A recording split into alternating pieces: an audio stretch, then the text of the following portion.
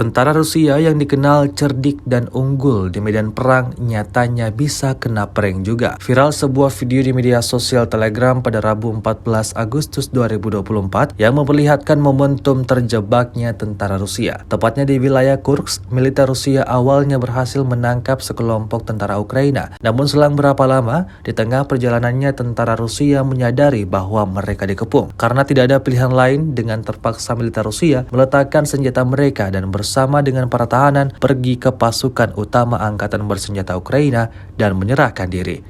Ini menjadi peristiwa baru bagi tentara Rusia. Sejak video ini beredar, belum ada keterangan resmi dari pihak Kementerian Pertahanan Rusia.